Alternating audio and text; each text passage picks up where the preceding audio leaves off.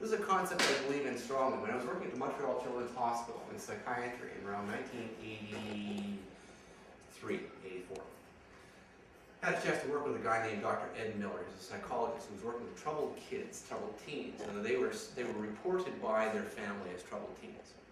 And Dr. Miller ended up coming up with a concept that we now hear often, and I teach in First Nations communities around parenting. I even teach this in corporate environments where we're trying to help leaders to catch them being good. And the concept is really simple in that what we're doing is we're looking for those things that we can give feedback on as positive. Now, there's a tendency for us to be able to look for the negative, and we all know that. And it takes some discipline to be able to do it. But it's a very specific way in actually how we give that feedback, and that's important. And I do that. I've done it in our family for a long time. Because if someone has done something well, and you give them feedback simply by saying, Steve, great job. Well, that's good. But it's not helpful. Because great job, without knowing what it is that he did or why he did or what kind of influence it had on me, is of no significance. And that starts at an extremely young age. That we explain to someone, thank you very much for doing that. Great job on that. And here's why I think it was a great job. And it was a great job, and this is what it made me feel when you did that. And it literally takes seconds to do it. And it can be done on a staircase. It can be done in your home office. That can be done at the kitchen table because it's got a positive seasoning to it. It can be done everywhere. But just stop them and you give the feedback directly about what it was. Tell why you thought it was so good, what the outcome was, and always finish off with a thank you. So I say that too because every time people hear that, whether you are 5 years old or you're 85 years old, our tendency is to do it again. That's it.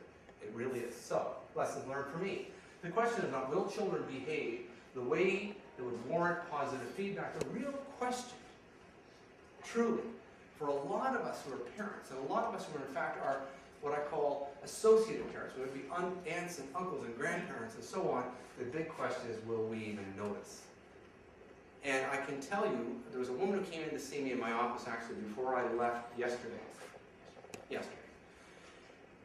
And lovely lady, absolutely amazing. Her now 20-year-old son came in with a wonderful idea of what he wanted to do with his career.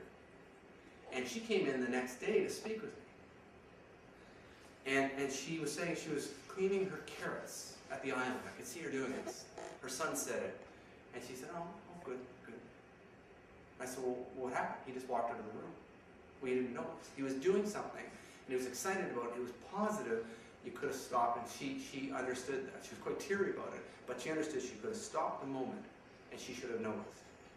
And I think that it is absolutely key for us, because there are fantastic behaviors going on around us all the time in our families. And it's not just with the kids, it's with spouses. It's with in-laws, and if we capture it and we stop and talk about it, it's important. Catching them being good is a purposeful activity. It is not something that happens by accident. Oh, it just happened to be positive feedback. It's done by design.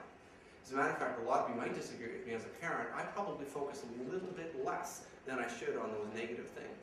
Because I realize, even as a baseball coach, I coach our regional team, the midget regional, what we call rep team for our community. And even with teenage boys, I will focus on the positive, and guess what happens? They accentuate that and you see much more of it. But it is done on purpose. And the final thing is, children like adults will respond extremely well to positive feedback, and the whole point that I raised earlier on is this is not rocket science. We'll do it again and again and again.